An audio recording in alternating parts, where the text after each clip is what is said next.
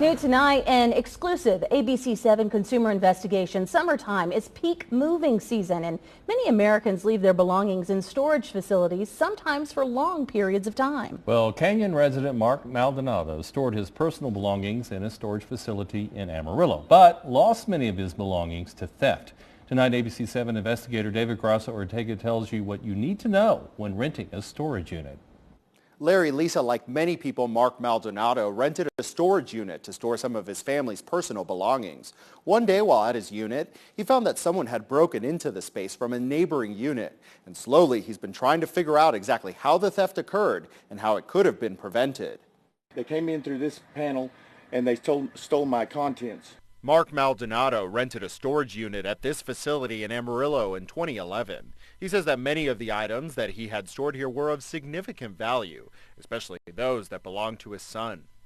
They took, most important to me, a memorabilia from my son who passed away in 2010. According to the police report filed with Amarillo Police, the neighboring unit punched a hole in the wall of his storage space, and items belonging to Maldonado were scattered across the neighboring unit, whose owners had stopped paying rent and disappeared.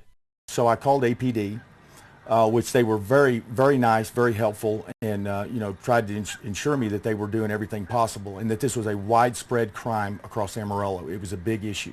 According to the police report, an APD detective declared the case inactive and was not able to get in touch with the individuals who rented the space next to Maldonado.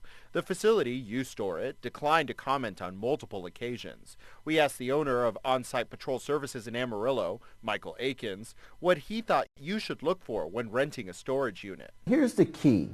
Whenever you're going to use a storage facility, you can't leave the security up to the facility itself. You have to do your own security. Aiken says not to take just any unit that's available. Look for controlled access and possible shortfalls in security before you show up with a truck full of your personal belongings. Your first question is to ask the management how the camera systems are monitored. If the camera systems are monitored simply through a recording device, or are the cameras monitored by a live feed, something that is streamed where a person is physically looking at the surveillance of the property on a continuous basis? Maldonado says he asked for the video showing theft, but that it's never been provided. Maldonado added that he's planning on moving his stuff to another storage facility in the near future.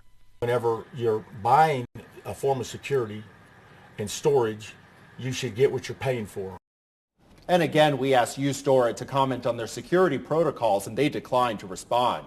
Maldonado says his losses exceed $30,000 and that he chose to speak out so that others don't end up in his situation.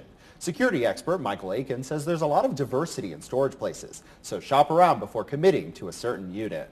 All right, thank you for that report.